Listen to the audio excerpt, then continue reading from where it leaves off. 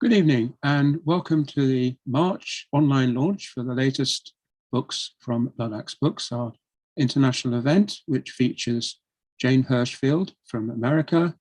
We've got Maria Stepanova from Russia, who's now living in exile, and her translator, Sasha Dugdale from Sussex. We're going to hear from them in turn. We're going to hear from Jane Hirshfield first, and then we're going to hear from Maria Stepanova, followed by Sasha Dugdale, and then the same sequence again. And at the end, I'm going to talk a little bit about another book which we're publishing this month, which is Soul Feast, companion anthology to Soul Food, which came out in 2007. Now, the books that we're launching in particular tonight, we're launching Jane Hirshfield's new retrospective, The Asking. Bloodaxe published an earlier retrospective of hers in 2005 called Each Happiness Ringed by Lions, since when she's published 4 more collections. And this retrospective draws upon all those books, as well as having 31 new poems in it. Maria Stepanova's new book is a book-length poem, Holy Winter 2021. And it was spurred by the outbreak of COVID-19, which cut short a stay that she had in Cambridge in the year 2000. She had to go back to Russia and spent the ensuing months in a state of torpor. The world had withdrawn from her. Time, she writes, had gone numb. And when she woke from this state, she began to read Ovid, and the shock of the pandemic dissolved into the voices and metaphors of an epochal experience, as we'll hear more from her about that.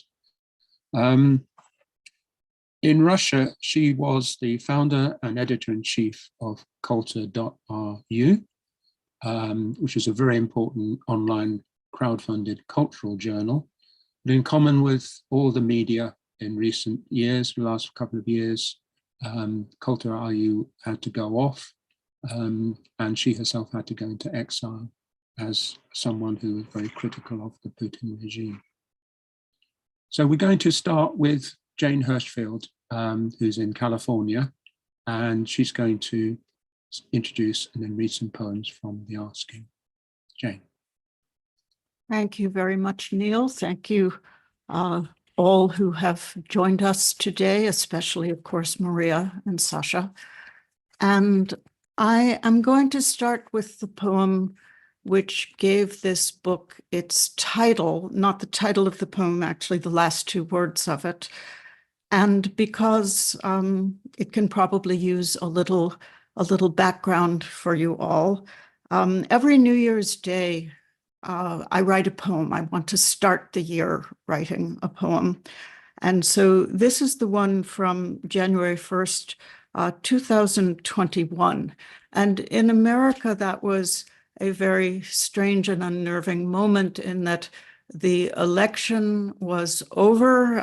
We thought our long nightmare was over, not quite, but also January 6th was when the riot happened at the United States Capitol. So, you had the feeling that all was not necessarily well. And so that was, part of what I was feeling. I had spent the 5 years before that taking some political action every day. And so when the poem mentions postcards, I sent a lot of postcards, both protesting various policies, but also trying to get people to register to vote or suggesting who they might want to vote for. So this was a time of stock taking and a time of unnervingness. The other thing I do every year, New Year's Eve, December 31st, the traditional Japanese insanely thorough house cleaning, and that comes up in this poem as well. Counting New Year's morning, what powers yet remain to me?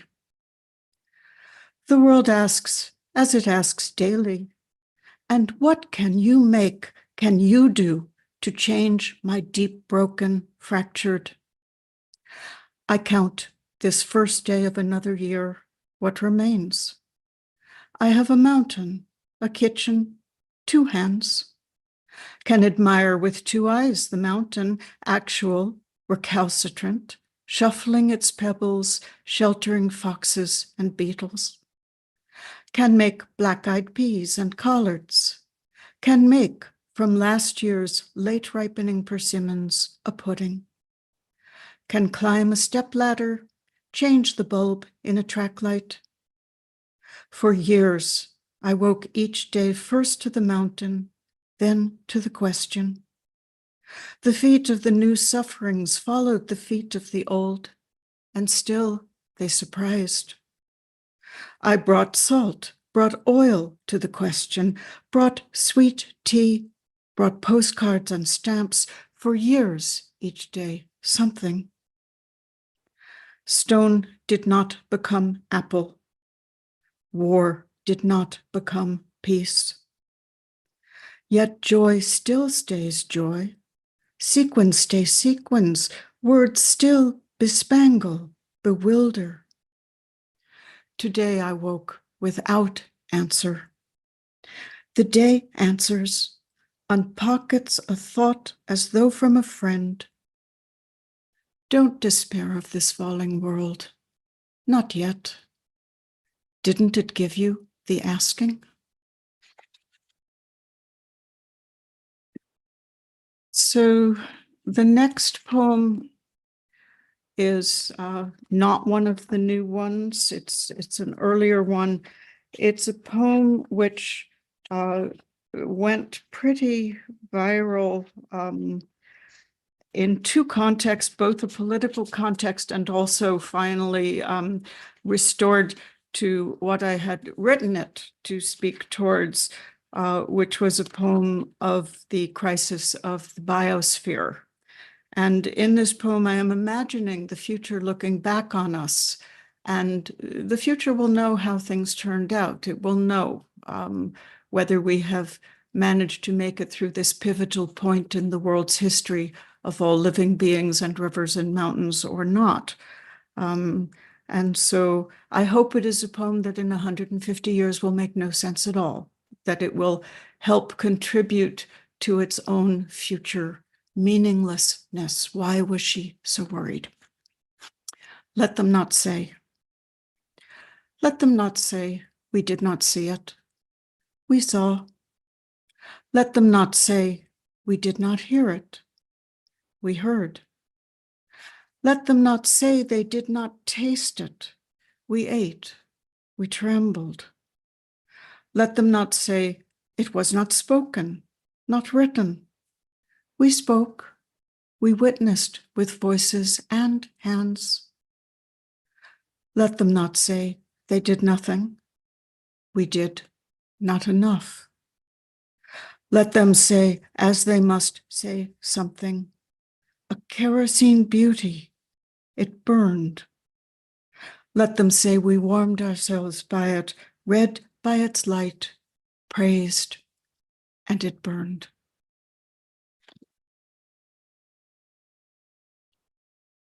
I write frequently very short poems. They are not haiku. I call them pebbles. They are some hybrid form between the very brief poems of China and Japan and the very brief poems of the Western tradition. And I just thought I'd give you a little sample of what that sounds like. Again, back to the newer section. Here and now. Try to describe it. Even one quick line drawn with unlifted pencil, already wrong. Words stop. Words stop.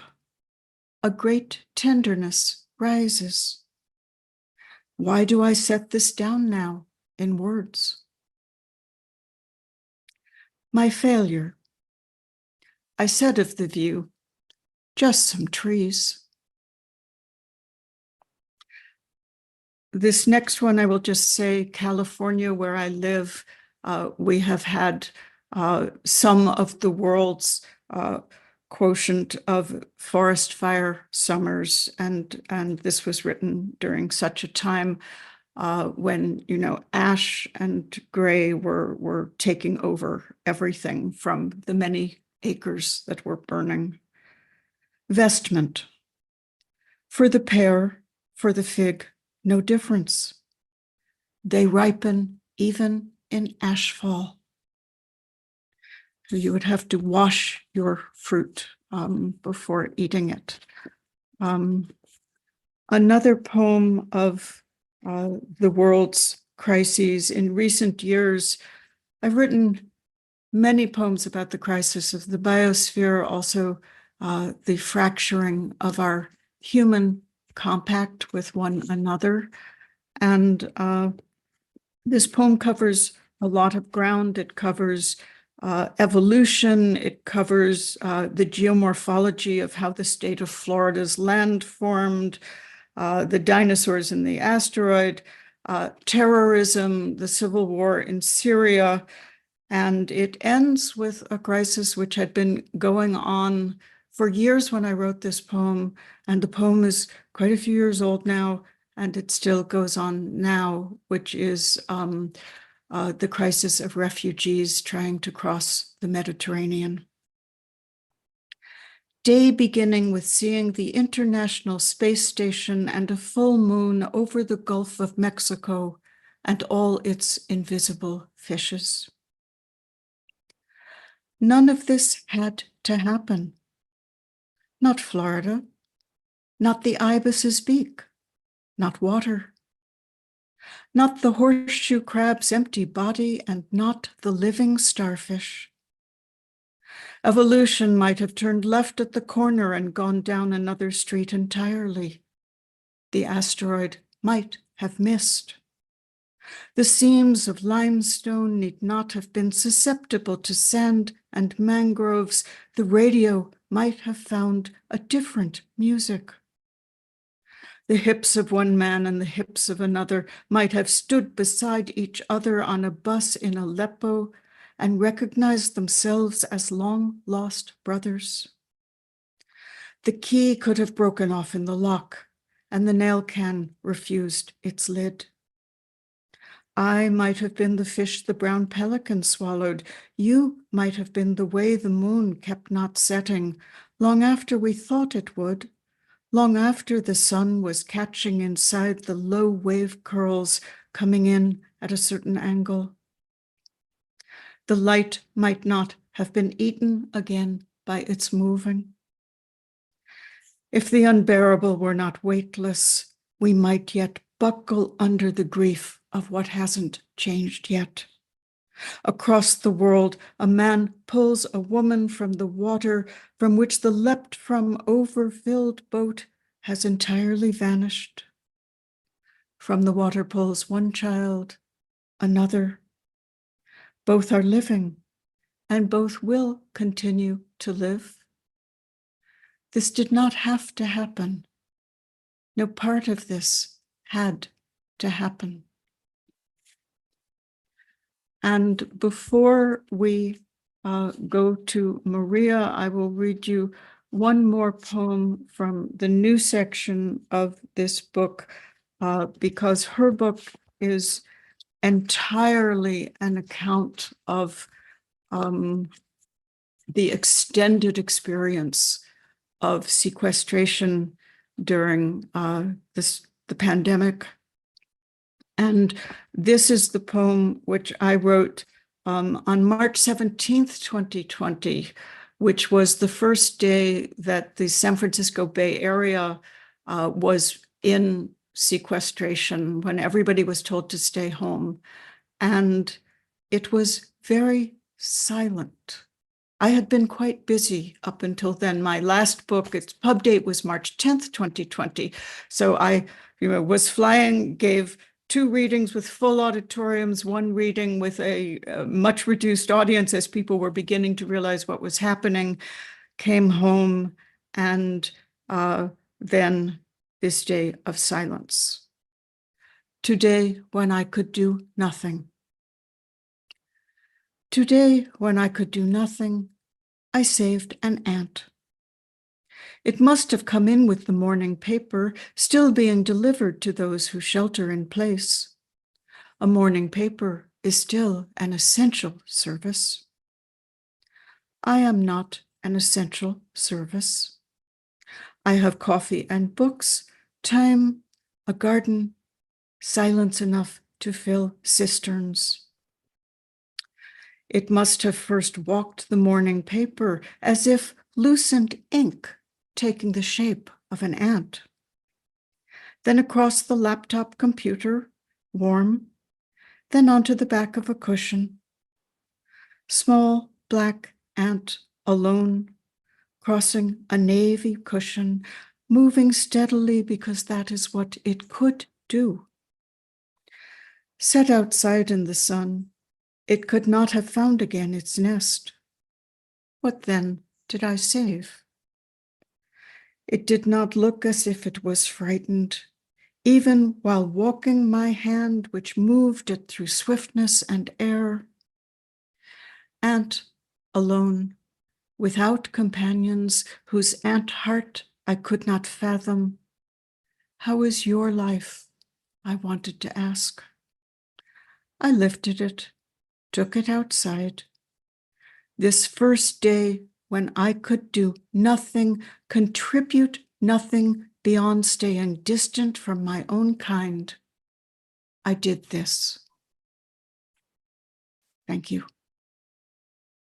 Thank you, Jane. And in fact, March 2020 was when Bloodaxe published your previous collection, Ledger, which was one of the last books we published before we had to go into a hibernation of some months. I normally show the books to the viewers. So this is Jane's new book, The Asking. And this is the new Maria Stepanova book. Also in 2021, Bloodaxe published the first book of poetry published by Maria Stepanova in English, which was War of the Beasts and the Animals, which was also translated by Sasha Dugdale. And at the same time, her documentary novel In Memory of Memory was published by Fitzcarraldo in the UK. That was also translated by Sasha Dugdale. So we're going to hear from both of them shortly. First of all, we're going to hear from Maria, and then she'll be followed by Sasha before we come back to Jane. Maria.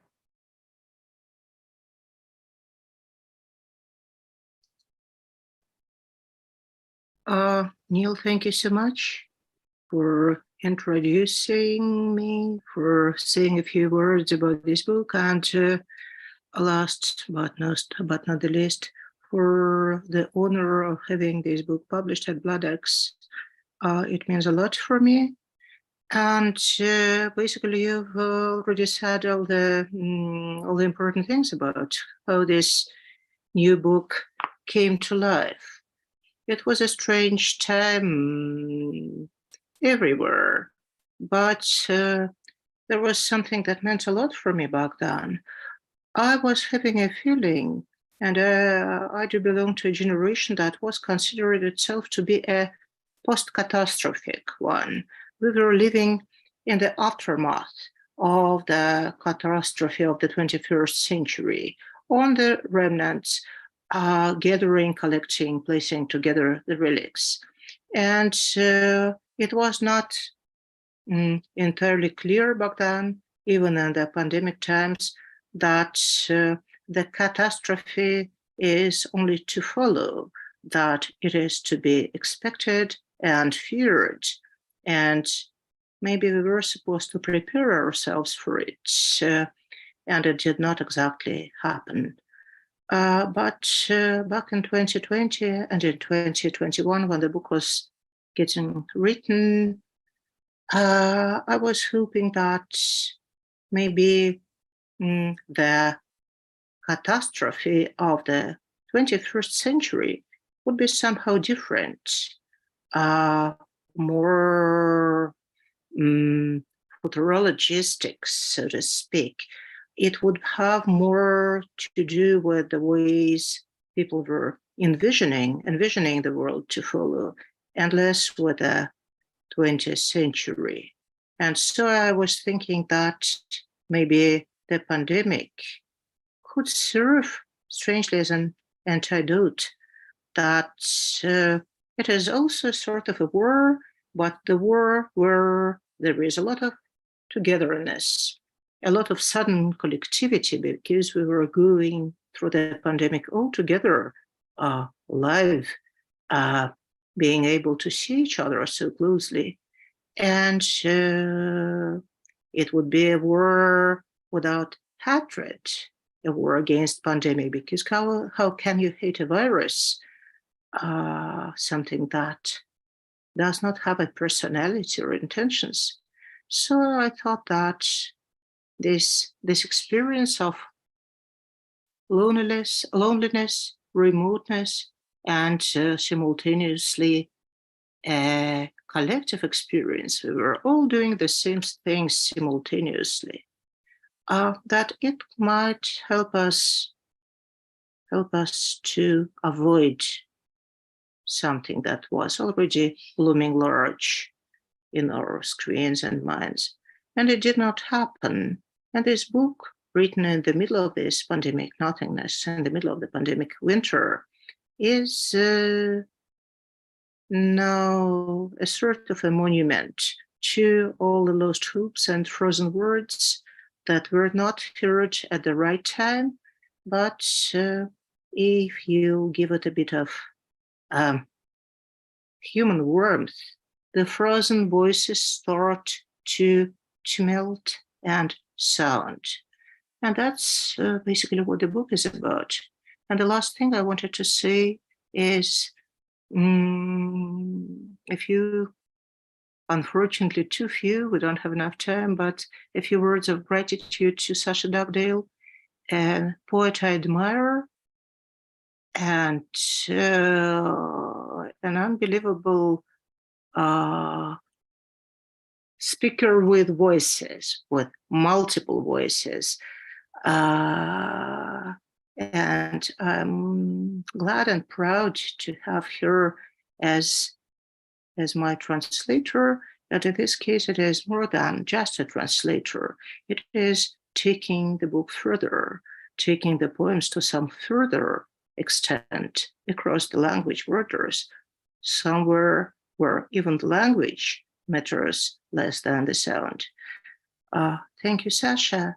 And I'll read one poem from the very beginning of this sequence of the first part of the book, so you would have an impression of the initial Russian sound. А зима такая стоит по углам, как дуб, как сруб, как храм. Летучие фракции снежного праха пикируют кавалеристами на повинную голову, на самую ее маковку. Пора в зимнюю спячку, как труп разъятый, в пустыне лежатый, как остановите вагоновожатый, как положено лежать, где уложено. Жил-был заяц со своей лисицей у самого синего моря. Они жили в ветхой землянке, потом построили домы. У лисы стала избушка ледяная, у зайца, говорят, слюдяная, из чистых заячьих слезок, из грустной слюны капустной. Жили-были, никого не ели, на празднике пускали фейерверки. Thank you so much.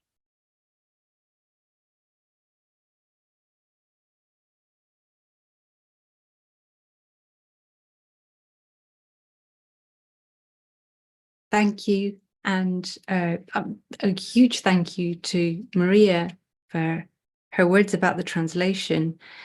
I wanted to say before I read from this book that Holy Winter 2021 has been already published in different languages, and it's just made its way into English. And tonight's the first night when its words will be heard in English. But it's actually a book that has a lot of English in it anyway, because Maria has a really profound engagement with English language literature.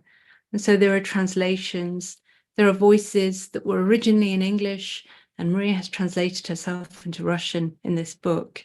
And although the subject is the pandemic and exile and isolation, there's a great deal of joy in the multiplicity of voices in the book.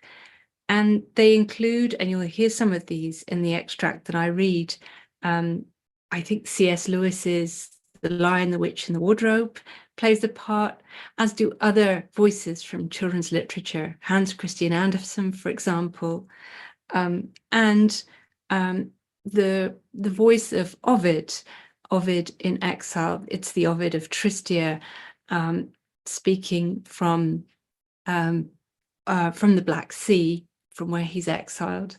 And so all of these voices combine in something that I found in its imaginative reach really joyful, in fact. And although Maria talked about catastrophe, I'd like to talk about the joy and the vitality in this book and the excitement of translating all these different voices and imaginative threads that run through it. So just to say very quickly, the section that I'm going to read is not the section that Maria just read from, which is the opening of the book, but it's in the first part of the book. And it begins with a section which is in Ovid's voice, and it's not a rewriting of Tristia, but a sort of paraphrasing of Tristia, a very beautiful one. But it mentions the languages Getic and Sarmatian, which are the two languages spoken by the tribes where Ovid is exiled, where he's living in exile. And he finds it really hard because they don't understand his native Latin. And there are references in the second part to Catherine the Great. There's a short excerpt from a letter from Catherine the Great to her lover, Potemkin. And this is verbatim in the Russian, and I've translated it, and it's placed in the text. And so you'll get a feel in this extract for the many voices that are interwoven in this creation of a sort of eternal winter, and a winter that isn't just a catastrophe, but is also a very beautiful thing. Under Ursa Major in winter, from under its star-pocked coat, I grieve over the cosmic shift. Can it be true that one of the earthbound gods is gone and all the hierarchies of power upended? To whom now should I lift up my voice in prayers for a pardon? Neither you nor I quite know why I write, although people say poets are mad. Between my writing and your seeing is a season, always the same one, cold and eternal snowfall and the breadth of Thrace, and many, many watery leagues. In icy winter, the fish live under a crust, and so do I. I close my mouth in the darkness and hold my own tongue. I have two more now to choose from, Getic and Sarmatian, both newly acquired. In neither do I wish to dip a toe. I harbour in me not a single untender thread. Tenderness will fill any space that is left to it. The nature of my own tenderness is that of a busybody, always fussing about whenever she is not pushed away. And when she is pushed away, then she spins round like a demon, looking for a place where she can take up her post. Yaur, Muscovite, Cossack, wolf, bird. My little mother, most gracious majesty. A little like this, instead of coming out of the closet, they crowd inside it and find themselves somewhere else. Or they went only briefly into the wardrobe, but had the key turned behind them, and now they're in another place, the morning snow under the tips of their slippers. Or perhaps they didn't even know it was a wardrobe until the door slammed shut. The light slowly grew, and it was suddenly clear. We're in another place, naphthalene sprinkling down from above, emptiness, like war, like revolution. On the city squares and in the streets, like an epidemic or the World Cup final, and the morning snow falling from above. Now everything can be seen, how it all happens at once. A light glowing in every apartment, and at the same time, each man in his closet sits at his table, waters his houseplant, stands, sits, lies, leaves the light burning, shines blinding bright like a lamp in the small hours, like girls in the windows of red light districts with no one to see them. The streets are empty, and the naphthalene falls softly. Lonely, bloated, drooping like paunches, these balloons hanging in the air, aerial wardrobes on invisible strings filled with unlaughing gas. In dark water, made of ice and water, rose the many stories of phosphorescent fish. In the winter sky, made of snow and sky, gleamed the windows of many-storied buildings, empty shops piled high with goods, restaurants with the chairs leant against the tables, offices with last year's calendar fixed on the page with March's girl, and from above fell the morning light. Sometimes fawns came out onto the ice, downy dark wool on thin little hooves, fearing to leave too many cloven prints on the white. Thank you.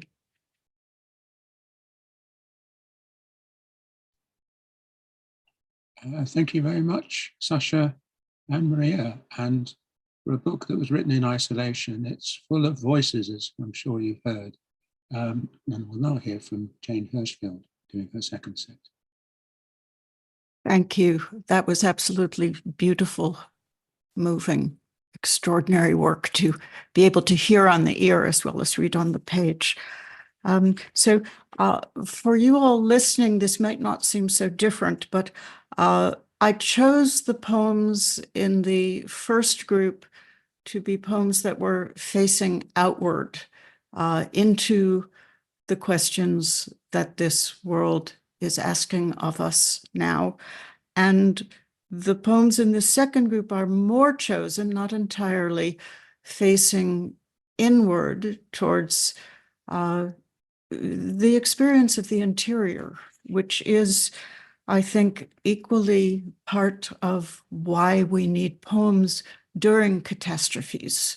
I remember in 2016, as soon as we had our election results, I started reading only work by people who had lived through catastrophes. And the first book that I picked up that night as things became clear were Maria Tsvetaeva's poems. And I found, a little piece about how when they weren't allowed to use horses to clear the snow from their street at the beginning of the revolution, people got together and hired camels. And this was very useful for me to see how do people navigate catastrophe, but also Tsvetaeva wrote poems about falling in love. That mattered to me as well. This, unfortunately, is not a love poem, but I wanted to read you the poem from which this book takes its cover image. I don't know if you can see this. It's Van Gogh's painting of work boots, which would be inexplicable as the cover for this book, except for this poem. To be a person. To be a person is an untenable proposition, odd of proportion, upright, unbalanced of body, feeling, and mind. Two predators' eyes face forward, yet seem always to be trying to look back. Unhooved, untaloned fingers seem to grasp mostly grief and pain, to create too often mostly grief and pain. Some take in witness suffering pleasure. Some make of witness suffering beauty. On the other side, a creature capable of blushing, who chooses to spin until dizzy, likes what is shiny, demands to stay awake even when sleepy, learns what is basic, what acid, what are stomata, nuclei, jokes, which birds are flightless, learns to play four-handed piano, to play, when it is needed, one-handed piano, hums, feeds strays, says, all together now on three. To be a person may be possible then, after all. Or the question may be considered still at least open, an unused drawer, a pair of waiting work boots.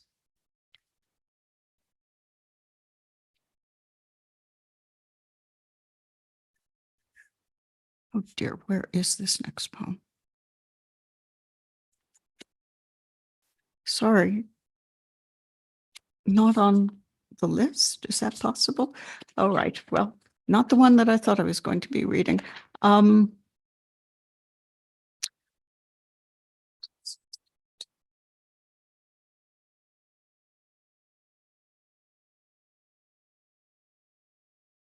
Sorry, it's a big book, which makes it hard to navigate through. There we are.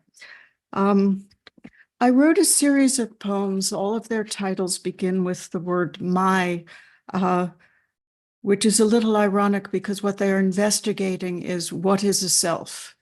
What are the boundaries of the self? How permeable is the self? Where does it begin and end? And I do believe ourselves are both our responsibility to care for, to make good use of, but also indivisibly continuous with all the rest of existence. So this is one of those poems, My Skeleton. My skeleton, who once ached with your own growing larger, are now each year imperceptibly smaller, lighter, absorbed by your own concentration. When I danced, you danced. When you broke, I. And so it was lying down, walking, climbing the tiring stairs. Your jaws, my bread. Someday you, what is left of you, will be flensed of this marriage. Angular wrist bones arthritis, cracked harp of rib cage, blunt of heel, open bowl of the skull, twin platters of pelvis. Each of you will leave me behind, at last serene. What did I know of your days, your nights? I who held you all my life inside my hands and thought they were empty. You who held me all your life in your hands, as a new mother holds her own unblanketed child, not thinking at all.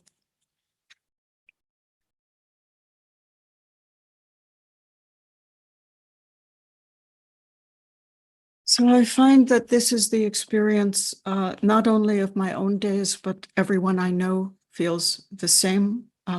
Time has done something peculiar and has shortened its own lengths. A day is vast. A day is vast until noon, then it's over. Yesterday's pond water braided, still wet in my hair. I don't know what time is. You can't ever find it, but you can lose it.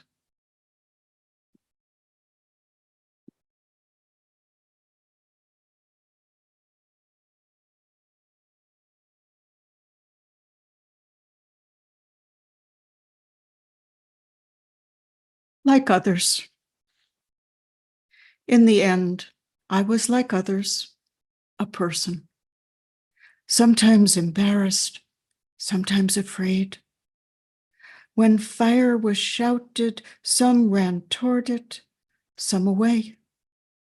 I neck deep among them.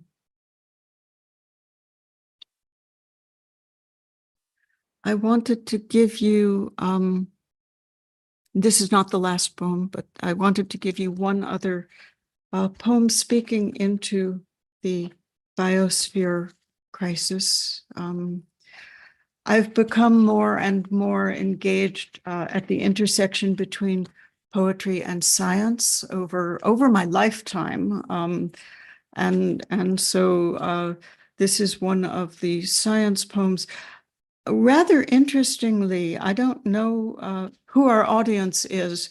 I'm being translated into Czech right now, and a phrase that to any American certainly is perfectly associative, and everybody knows for better for worse is part of the marriage vows.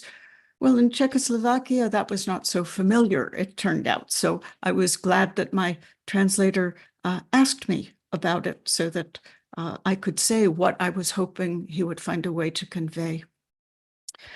So the epigraph from this poem is from an article in the New York Times, came out July 29th, 2020.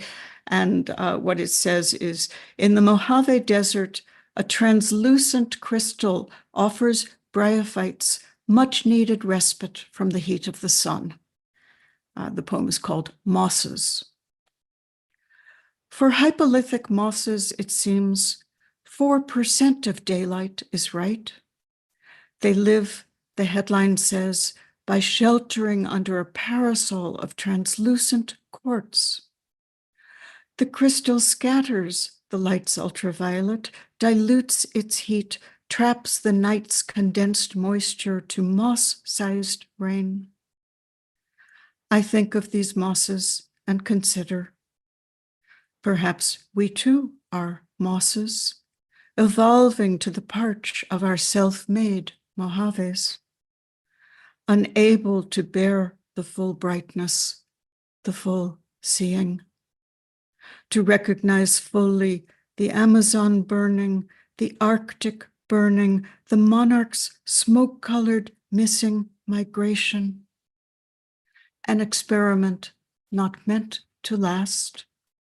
And yet we found shelter within it. We pondered our lives and the lives of others, thirsted, slept. To the implausible green of existence, for better, for worse, we offered our 4% portion of praises. For better, for worse, our 4% portion of comprehension. I do feel that I feel an enormous incomprehension before the state of the world now.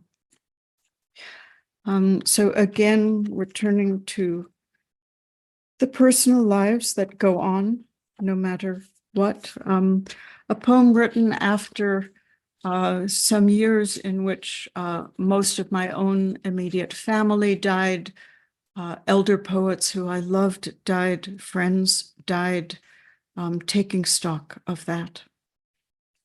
It was like this, you were happy.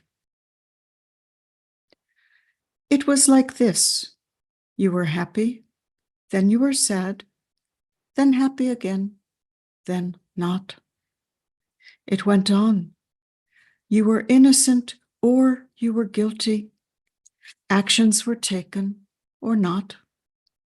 At times you spoke, at other times you were silent. Mostly it seems you were silent. What could you say? Now it is almost over. Like a lover, your life bends down and kisses your life. It does this not in forgiveness. Between you there is nothing to forgive, but with the single nod of a baker at the moment he sees the bread is finished with transformation. Eating too is a thing now only for others. It doesn't matter what they will make of you or your days, they will be wrong. They will miss the wrong woman, miss the wrong man. All the stories they tell will be tales of their own invention. Your story was this. You were happy, then you were sad. You slept, you awakened. Sometimes you ate roasted chestnuts, sometimes persimmons. And I will end with a poem that stepped forward for me wanting to be read today. This poem was written 3 days after September 11th, 2001, the day of the World Trade Centers coming down and the Pentagon, and I foresaw immediately, certainly by 3 days afterwards, what the American response was going to be. And seeing it now, 20 years of futile wars, killing the wrong people, killing anybody being the wrong people. And so I wrote this poem as a kind of spell against revenge. My spell did not work. As Auden says, poetry makes nothing happen. But it was my way of saying, 3 days after that event, no, not revenge. The dead do not want us dead. The dead do not want us dead. Such petty errors are left for the living. Nor do they want our mourning. No gift to them, not rage, not weeping. Return one of them, any one of them, to the earth, and look, such foolish skipping, such telling of bad jokes, such feasting. Even a cucumber, even a single anise seed, feasting. Thank you. Thank you. Thank you very much, Jane.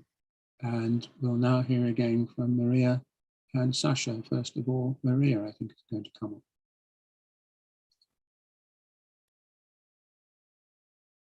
I'm going to start the second part. And I'm going to read from the end of Holy Witcher. And we've talked a lot about the multiplicity and variety of voices in the book. And to me, it's almost as if Maria is conjuring up all these voices around her in the face of the pandemic and solitude. And the section that I'm reading here opens with a short piece, which is actually a translation of a translation. And for the book, Maria has a practice, which perhaps she'll talk about later, of translating work from English mostly, but in a way that's true to her own poetry and her own understanding. And I've translated her translations back into English. So this short piece that you'll hear was originally a poem translated from classical Chinese by Kenneth Rexroth, and then translated into Russian by Maria, and then translated back into English from the Russian by me. So it isn't entirely like the original Rexroth translation, nor indeed the original classical Chinese. So all these voices are being transferred. And then after that, a little section, which I don't think needs a great deal of explanation, except that I should say that in the Russian, it does have some words in it which are prison slang. And prison language is a very distinct part of Russian. As Maria says in a piece that she wrote about Russia, more people have experience of the Russian prison system and of the Gulag than have foreign passports, can travel abroad. So it's like a sort of almost a country within a country, and there are words from that country within a country in this section, which are really hard to translate.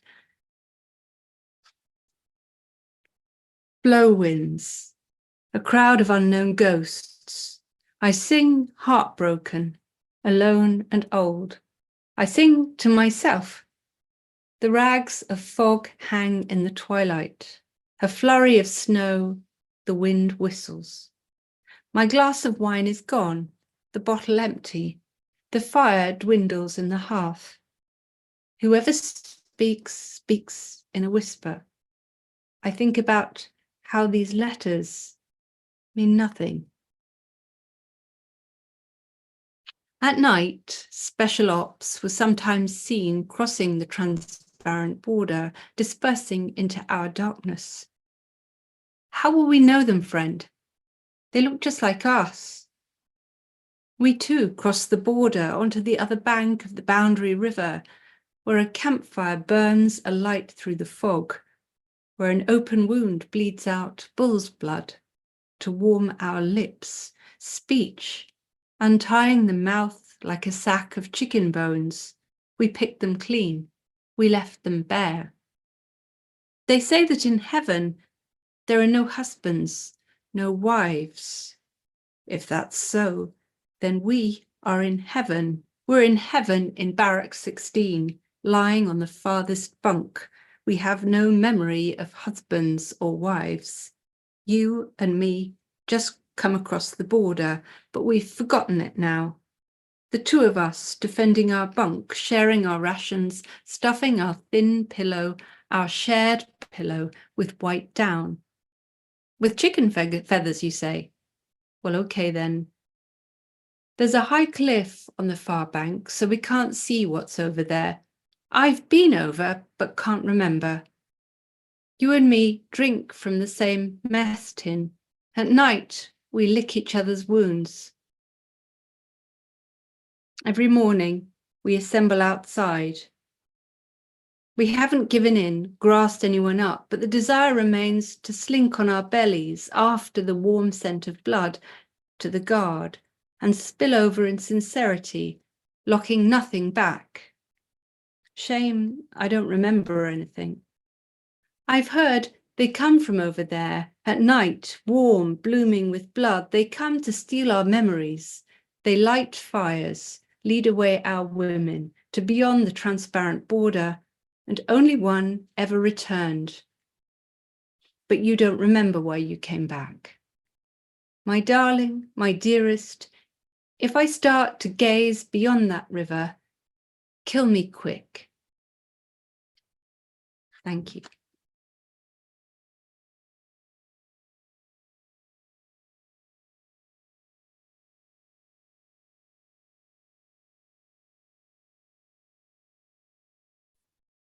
Thank you so much. And to follow Sasha, the last poem in the sequence that I'm going to read in Russian. Дело всегда оборачивается зимою. Все дороги утыкаются прямо в нее. 35-летний итальянец, заблудившийся в темной чаще, встретит волшебного помощника, как положено в волшебной сказке, но все равно будет спускаться ниже и ниже, впитывая как губка то, что увидит, пока не окажется там, где все замерзает, и губка тоже. Слишком умный, слишком ехидный, как положено в пору пубертата, мальчик, сколько ему лет мы не знаем, встречает 5-е время года, зиму, у которой нет ни стен, ни крыши, ни умопостигаемого предела. Один раз она его уже поцеловала.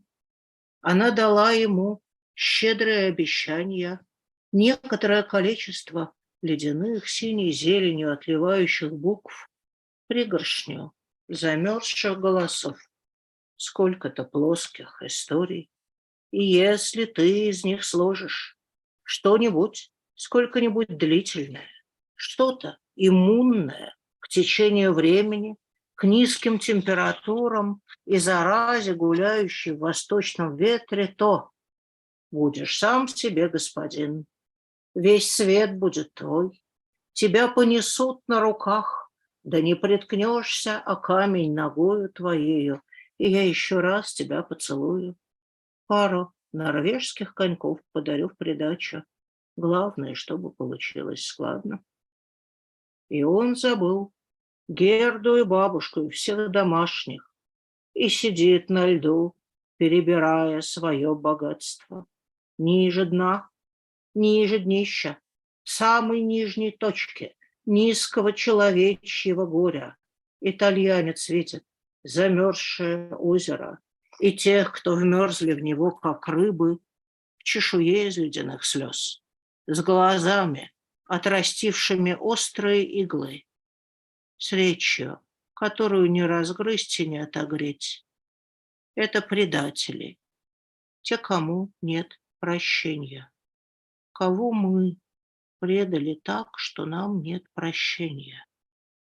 Нет ни стен, ни крыши, только северное сияние и некоторое количество общих историй, открывающихся вовне, как дверцы.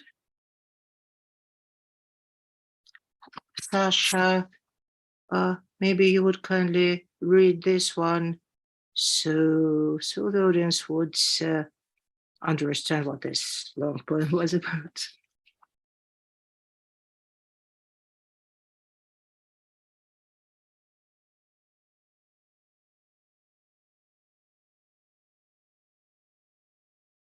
This is the very last section of the poem, and it has a reference to the Hans Christian Andersen story of the Snow Queen, and that has been a sort of motif through the book, but it resolves itself at this point, and of course to Dante. The plot always thickens in winter. All roads lead right to it. A 35-year-old Italian man lost in a dark wood meets a magic helper, as is customary in a fairy tale.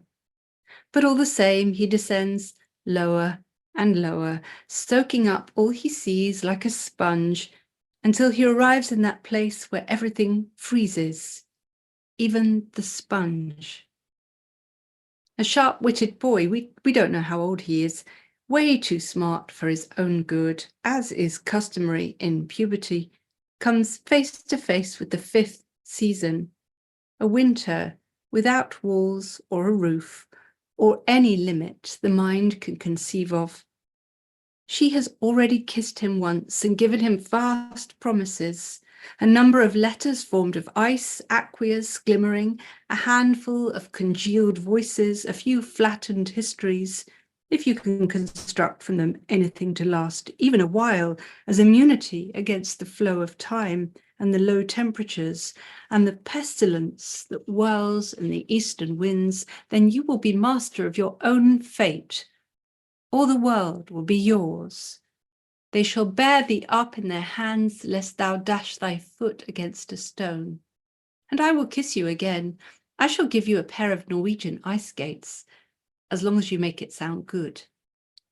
And he forgot about Gerda and grandmother and all at home, and sat on the ice examining his treasures. Lower than the very depths, lower than the deepest deep, at the lowest point of human misery, the Italian saw a frozen lake, and those who were frozen within like fish, scaled with icy tears, eyes that protruded sharp ice needles, and speech that could neither be gnawed at nor thawed. These are the traitors. They are beyond forgiveness. Who have we betrayed so that there can be no forgiveness for us? There are no walls, no roof, only the northern lights and a few shared histories opened anew like little doors. Wind, the blue of the mountains invisible in the twilight under winter stars. Our little house is covered in snow. I hear the dogs barking by the village gates. Through snow and wind, someone is coming home. Foreign words melt in the cheek like sugar cubes.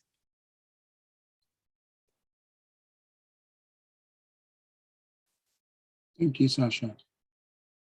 And now, before we go into a discussion with the poets, we're going to have a little interlude about the other book, which has just been published at the same time as their books, which is Soul Feast, Companion Anthology to Soul Food. Staying Alive, the anthology was published in 2002, and it was followed 2 years later by Being Alive. And at that time, those particular anthologies were really just contemporary poems, so that they didn't include many poems from the past. And discussing this with Pamela Robertson-Pearce, we decided to put together another anthology called Soul Food, which has the subtitle Nourishing Poems for Starved Minds. And it was about providing a feast of thoughtful poems to stir the mind and feed the spirit. And this is the cover of Soul Food, which is shows Still Life with Lemons, Orange and a Rose by Francisco de Zurbarán, Spanish painter. And you can only see a rose there. You can't actually see the orange and lemons. It's an oblong painting. More recently, we decided to do a follow-up anthology. And that anthology has the other half of the painting. So this now is Soul Feast, the new book. And if you put the old book next to it, you could actually get the whole Zurbarán picture. Actually, no, it's the other way around. Yes, sorry, other way around.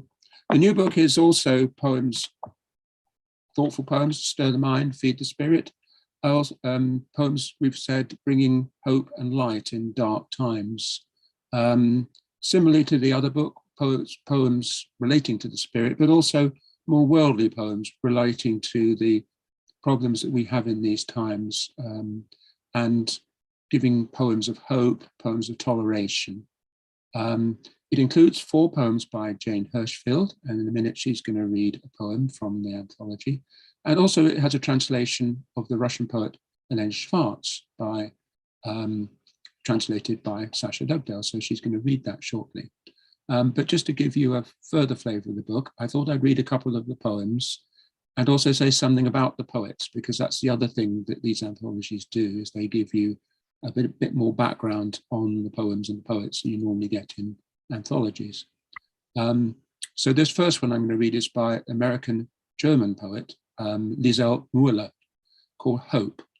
And the it in the poem, which is repeated, the it is hope. Hope. It hovers in dark corners before the lights are turned on. It shakes sleep from its eyes and drops from mushroom gills. It explodes in the starry heads of dandelions turned sages. It sticks to the wings of green angels that sail from the tops of maples. It sprouts in each occluded eye of the many-eyed potato. It lives in each earthworm segment, surviving cruelty. It is the motion that runs the tail of a dog. It is the mouth that inflates the lungs of the child that has just been born. It is a singular gift we cannot destroy in ourselves, the argument that refutes death, the genius that invents the future, all we know of God. It is the serum which makes us swear not to betray one another. It is, in this poem, trying to speak. And then if you turn to the back of the book, you get a description of, in this case, Liesl Müller, gives her dates, 1924, 2020, born in Hamburg. She was an American poet, translator, and critic whose family fled Nazi Germany. And she arrived in the US in 1939 when she was 15.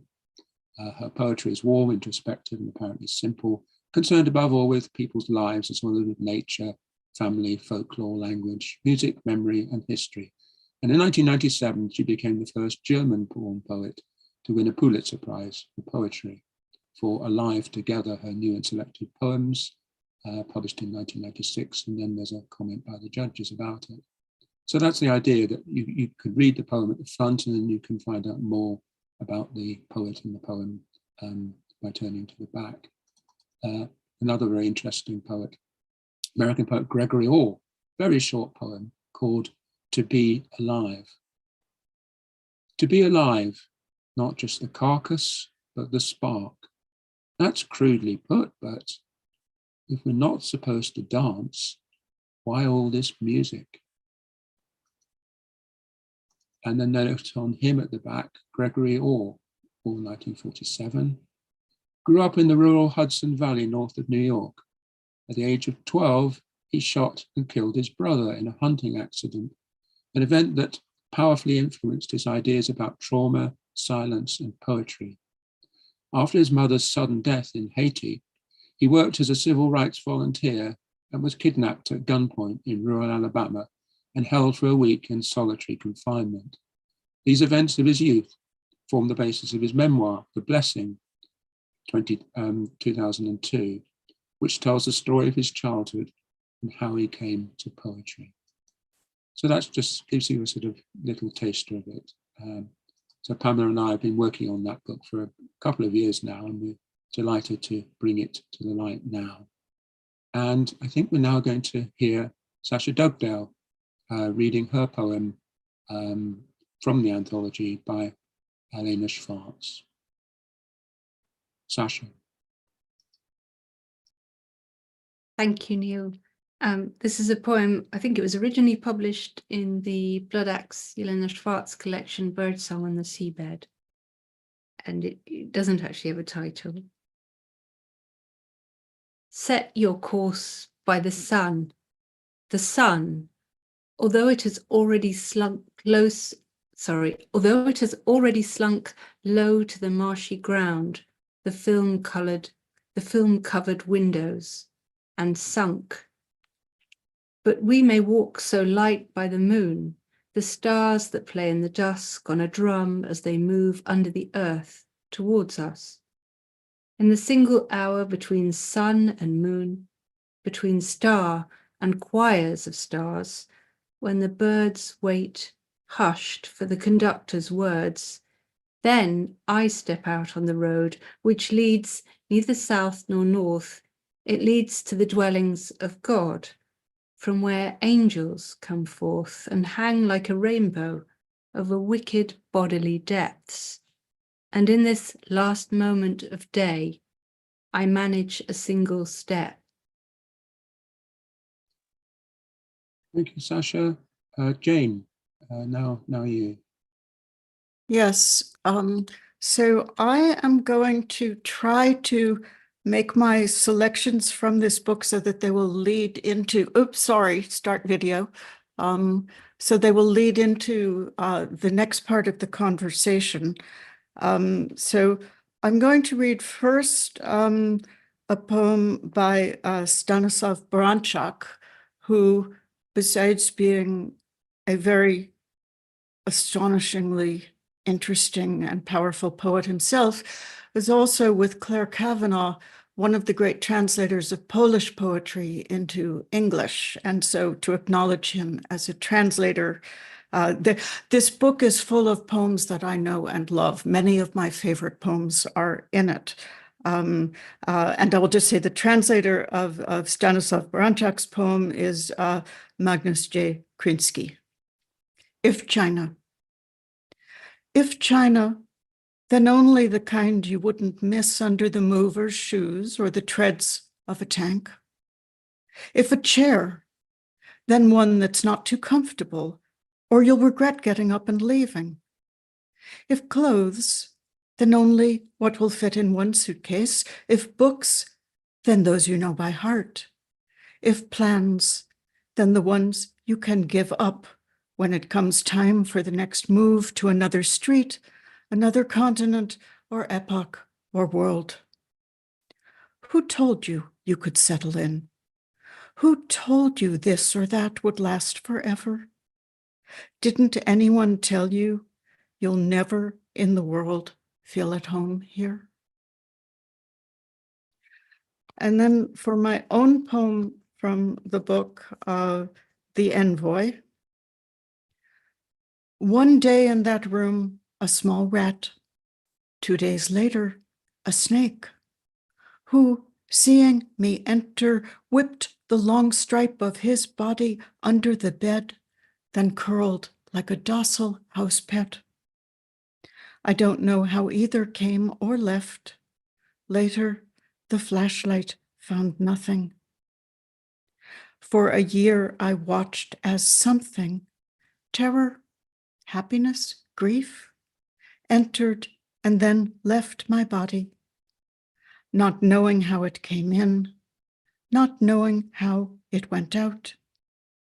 It hung where words could not reach it. It slept where light could not go.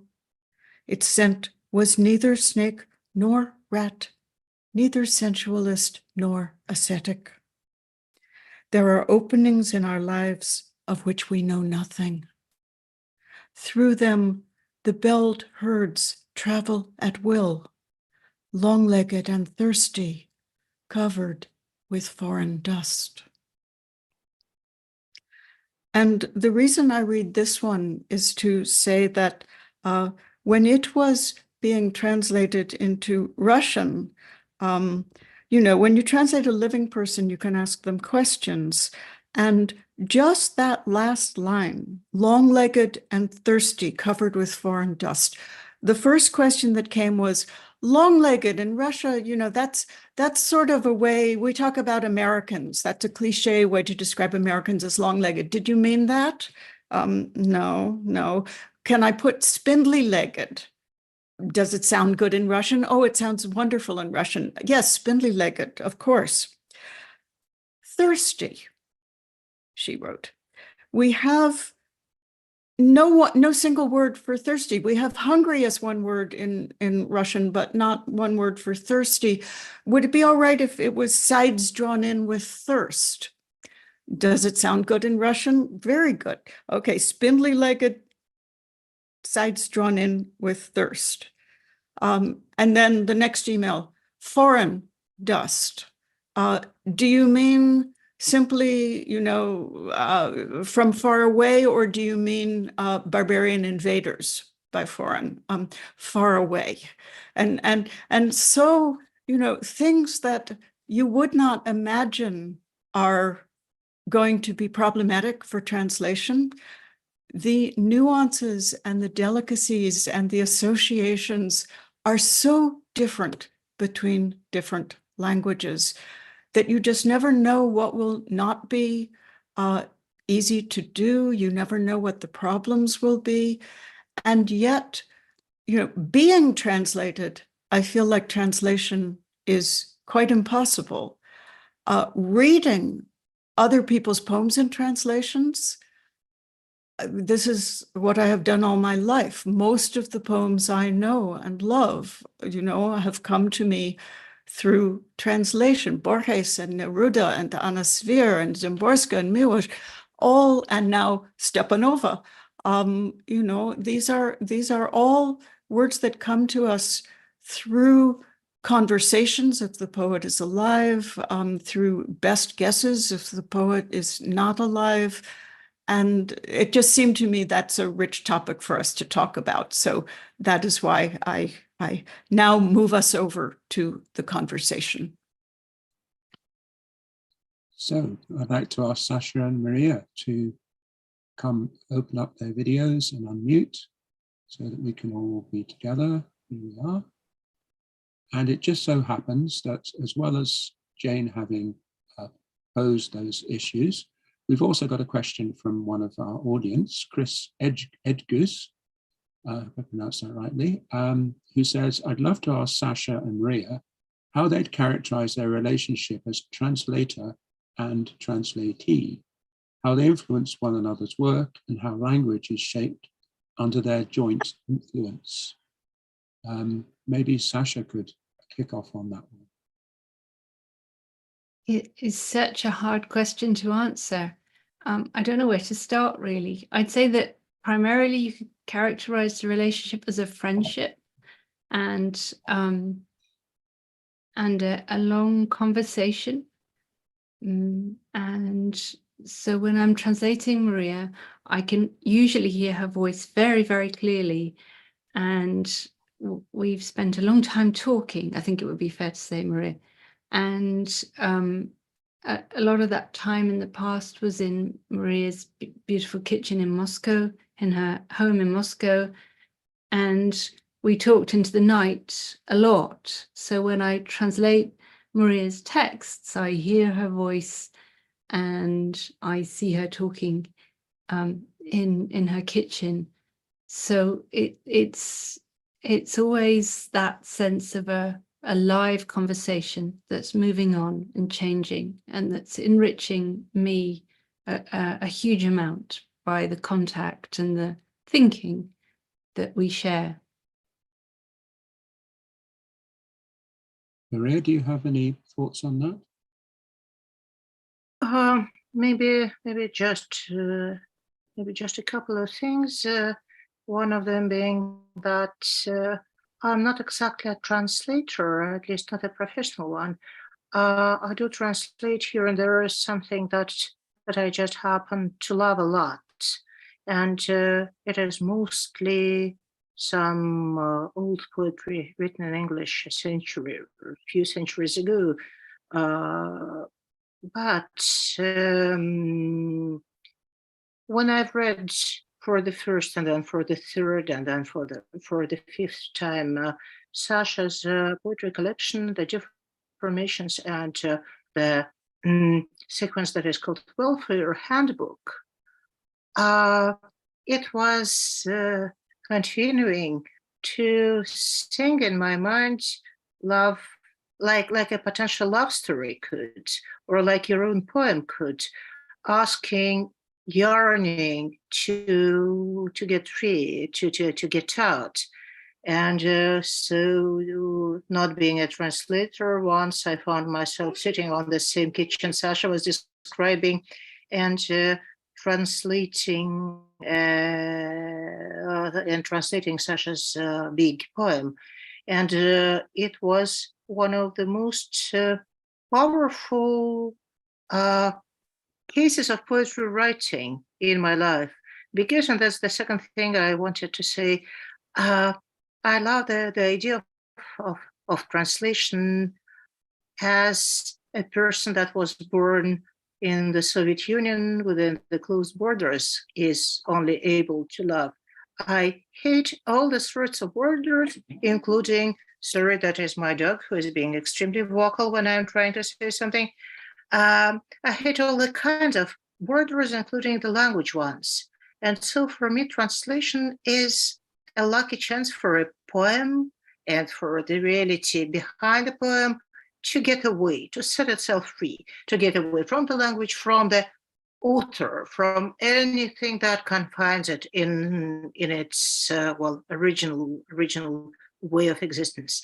And well, it is a blessing when it happens, and when it happens with such a force. I'd just like to add that when I said it was a friendship, I genuinely mean that. And I'm always slightly sort of stumped when people talk about professional translators. I'm not totally sure what a professional translator is. And I certainly wouldn't want to be one, I think, because I only really want to translate what I love, which makes me an amateur. And so it's always a sort of expression of love. And when Maria asked me to translate In Memory of Memory, and I had the Russian book, and it's really big, and I thought this is going to take me years. I'm quite slow, but I just thought, this is, I really love Maria. I can't say no. I know that whatever happens, it will be a journey of discovery, and it will benefit me enormously. And that's always the sort of spirit I've had in translating Maria's work, because there's something about the thinking and the lyricism and the way the two are coupled, the sort of philosophical underpinning and the lyricism that I find extremely, just captivating and sort of nourishing. It's what I feel really delighted to work on it, and I genuinely feel quite enriched by it and excited by it. Yeah, I think that comes over in the books, and I mean, clearly you two have got this remarkable relationship, quite unlike what Jane was just describing, that produces really wonderful poetry in English. You also translated Elena Shvarts, and you knew her. And you've translated other Russian poets like Tatiana Shabina and so on. But did you have anything like that with Elena? Because she was quite an extraordinary person too, wasn't she? I had an email correspondence with Elena, and I love her poetry, and I think Maria shares my enthusiasm for her.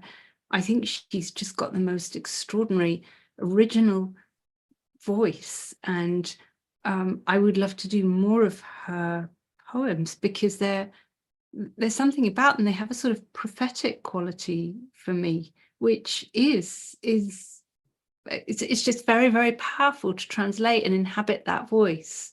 It really carries you along.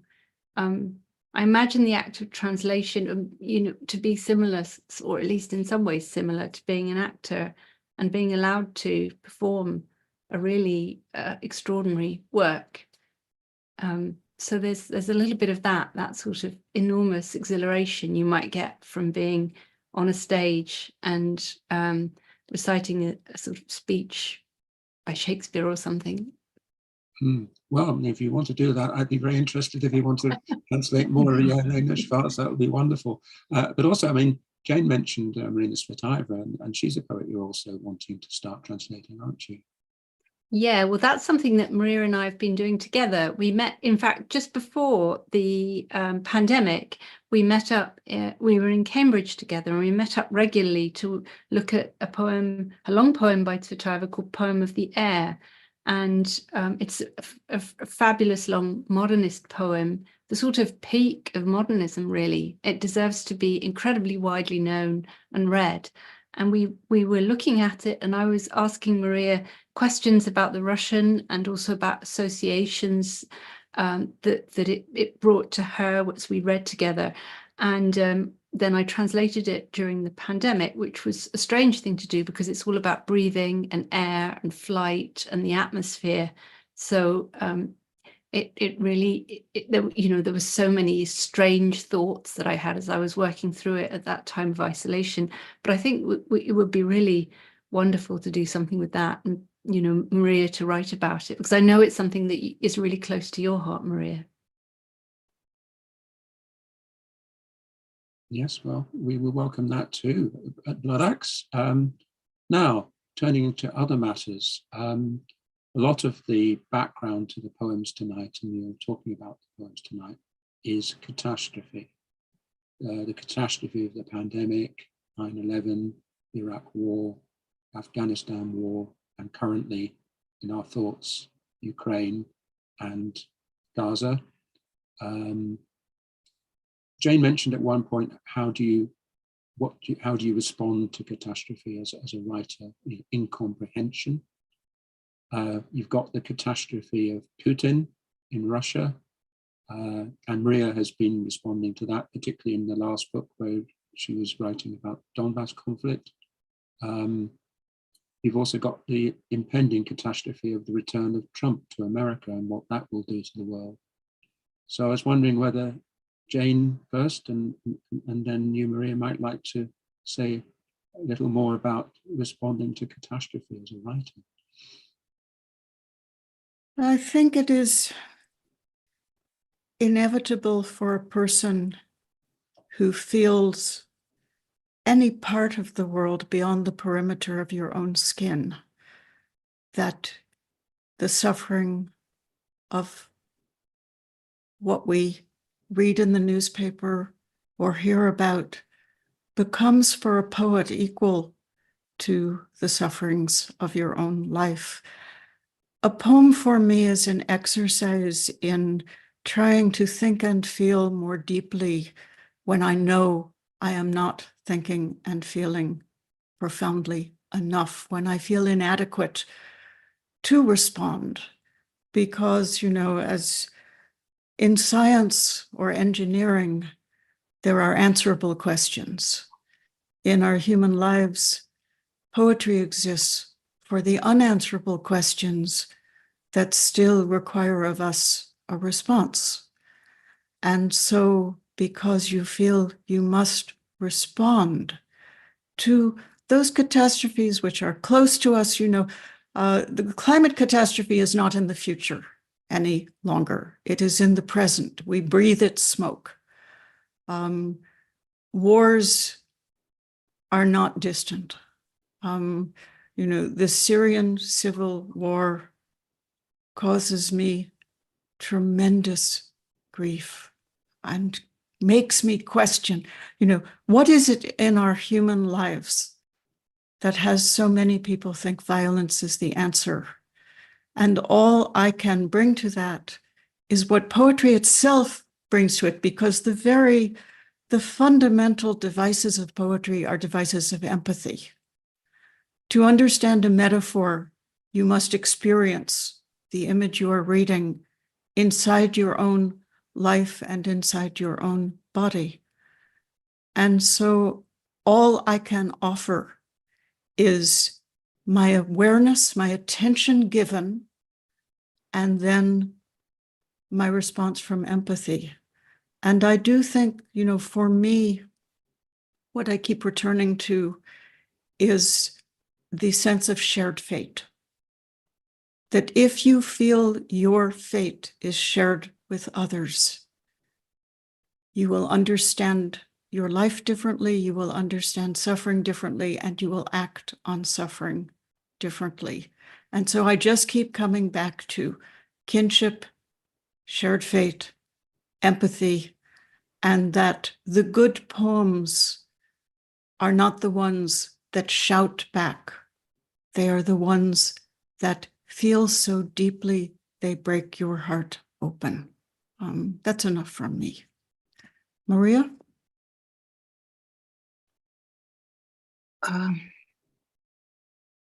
Actually, I've been thinking about it a lot when I was reading Jane's book, because,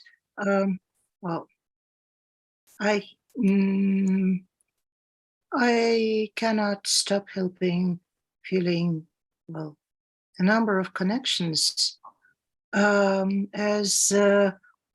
Maybe that's what poets do. There is just one map, just one landscape, and what makes a difference is optical devices, angles, and so on, but the landscape is the same, and we're traversing it. And sometimes, like today, there is this wondrous, weird, beautiful possibility of actually seeing each other and be talking to each other. And what I was thinking of was this capacity of doing two things together, or maybe staying two things together. Because one quality that is absolutely present is maybe extreme clear-sightedness, extreme precision when it comes to grasping what is happening and diagnosing it.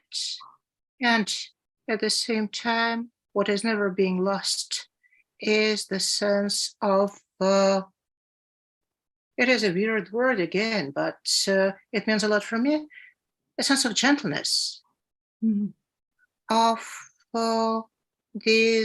this old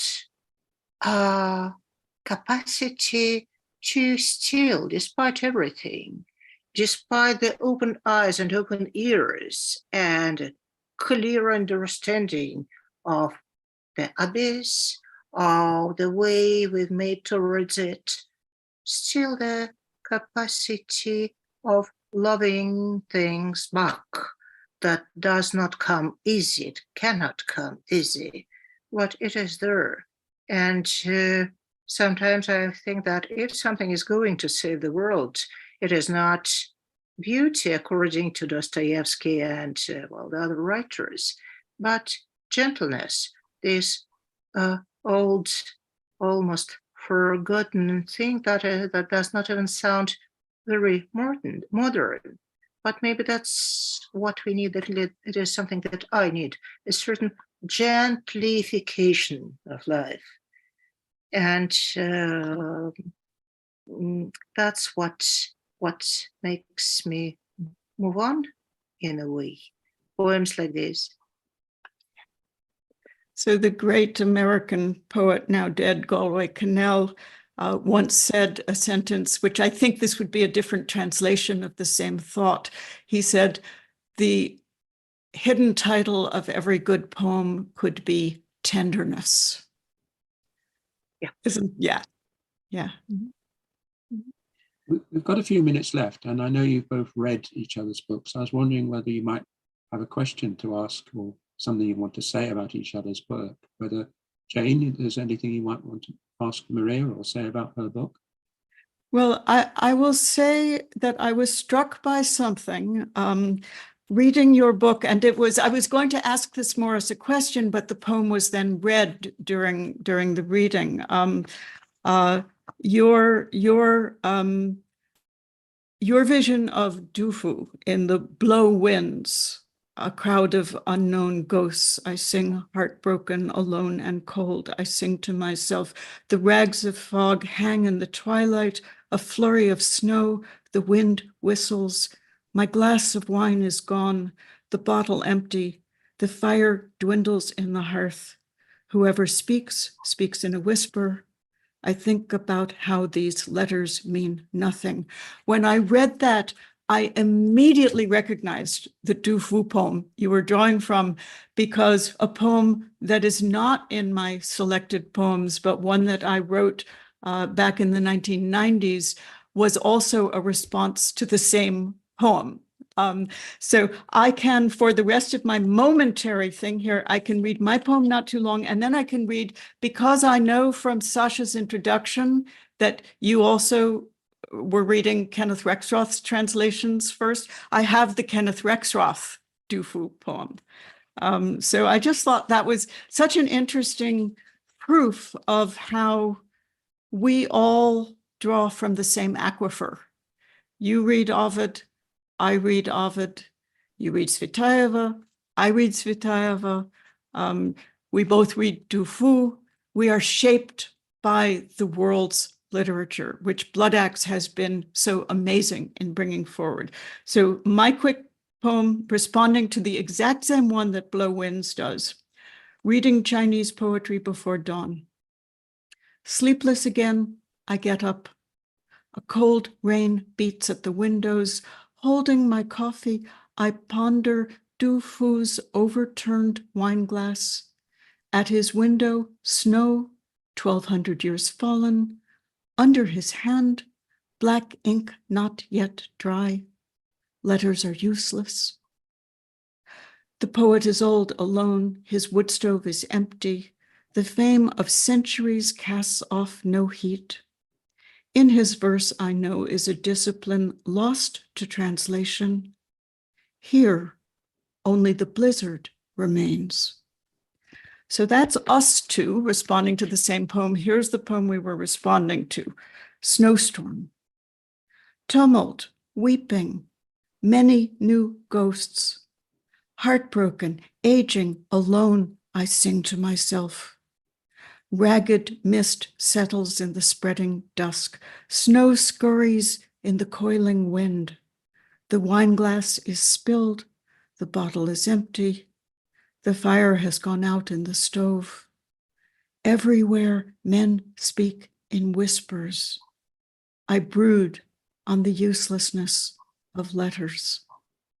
And those men speaking in whispers, Du Fu was writing during an age of civil wars. That is what they are speaking in whispers about. So if I had time to ask you a question, the question would be about letters are useless.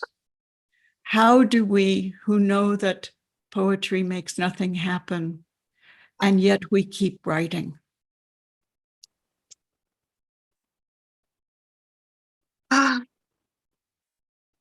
First of all, thank you so much for reading this too. It felt somehow necessary. And I keep thinking of the way, shush. Good dogs are silent.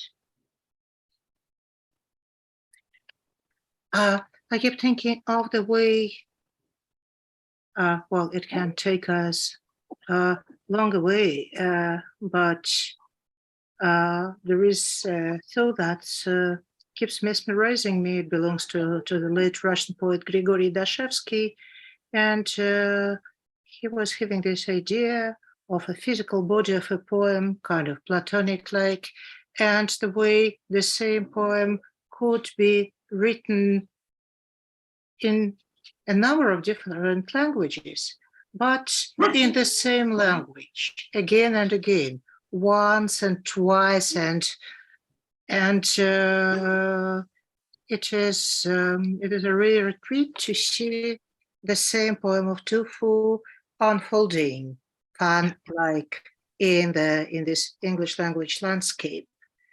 And well, I'm getting pretty much pessimistic nowadays. I don't see any logical way of things turning out well for the better. But letters are something solid, aren't they? They can get scattered like pieces of the puzzle. They can get frozen, but still we have nothing beside them. Letters is our only way of, our only hope of really putting things together, because language is a school of togetherness in a way, and so there is something to cling to. Maria, did you have anything you wanted to say about Jane's book? Well, I think I've said something that meant the most to me, and obviously it is not the first time I'm encountering Jane's work, and this combination of clearness and precision and this Jane, and for now I have I have too many questions to ask just one, so I'll just say thank you. Thank you. Well, I'd like to thank you all very much for these wonderful conversations and poems talking to one another. It really was an exceptional launch event. So thank you, Jane. Thank you, Maria. Thank you, Sasha. And the audience watching, scroll down and you can see links to buy their books, and I encourage you to buy them, and also Soul Feast. So thank you very much, everyone, and thank you for watching.